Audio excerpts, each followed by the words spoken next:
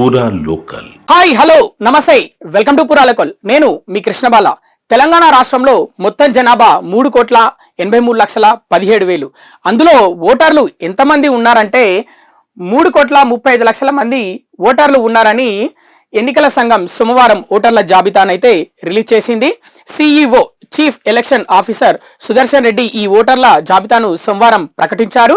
అందులో మరి ఎవరెంతమంది ఉన్నారు అంటే పురుషులు ఎంతమంది ఉన్నారు, అలాగే మహిళలు ఎంతమంది ఉన్నారు ఒకసారి తెలుసుకునే ప్రయత్నం చేద్దాం. యువ ఓటర్లు ఎంతమంది ఉన్నారు, దివ్యాంగులు ఎంతమంది ఉన్నారు, అలాగే వయసు పైబడిన వారు ఓటర్లు ఎంతమంది ఉన్నారు, మొత్తం తెలుసుకునే ప్రయత్నం అయితే చేద్దాం. మొత్తం ఓటర్లు 3,35,27,925 మంది ఓటర్లు ఉంటే పురుష ఓటర్లు 1,66,41,489 మంది పురుష ఓటర్లు ఉన్నారు.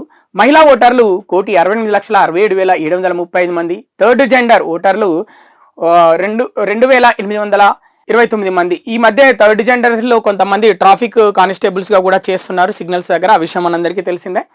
ఇక 18 నుంచి 19 ఏళ్ల ఓటర్లు అంటే కొత్తగా అప్పుడప్పుడే ఓటు హక్కు కలిగిన వారు 5,40,026 మంది.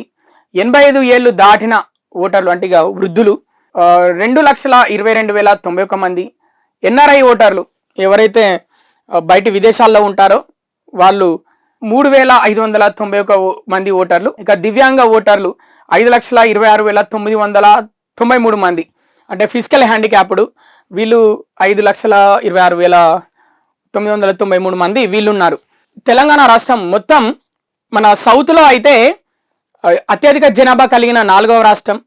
అలాగే మొత్తం భారతదేశంలో చూసుకుంటే అత్యధిక జనాభా కలిగిన రాష్ట్రంలో 13వ స్థానంలో మన తెలంగాణ రాష్ట్రం అయితే ఉంది. ఇప్పుడు ఇక ఓటర్ల జాబితాను కూడా రిలీజ్ చేసింది ఇక ఎన్నికల సంఘం.